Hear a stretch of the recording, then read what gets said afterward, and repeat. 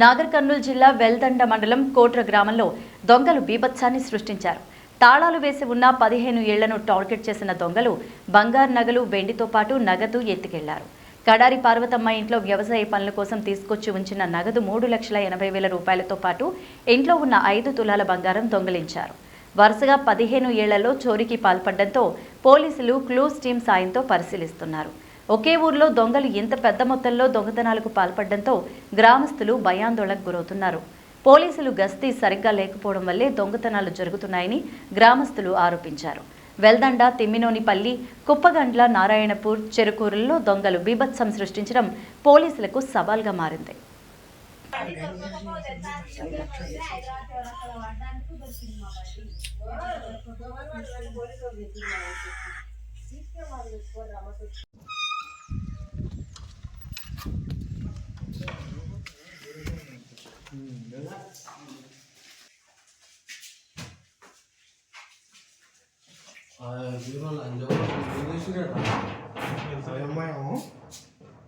చూడు బాబా ఎట్లా ఇదే మీరు ఇంతగానే చేస్తారా వేరే అయితే దాని పని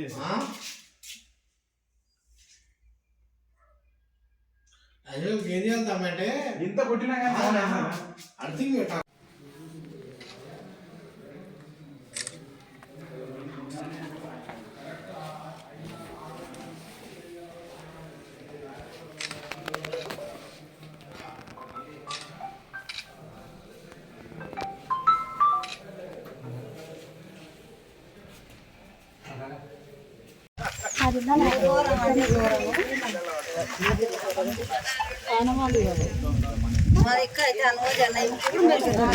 తులాల బంగారం ఉన్నది, 2 జతల గొలుసులు ఉన్నాయి, పిల్లగాని ముడతాలు ఉన్నది.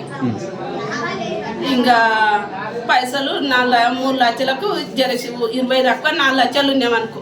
ఇప్పుడు కోని పాలు చేయటం గుర్తవుతుంది మాకు. మీరు వచ్చి చూసుకున్నాక మొత్తం పలగొట్టున్నాయా? మామూలుగా పలగొట్టే ఉండే కదా.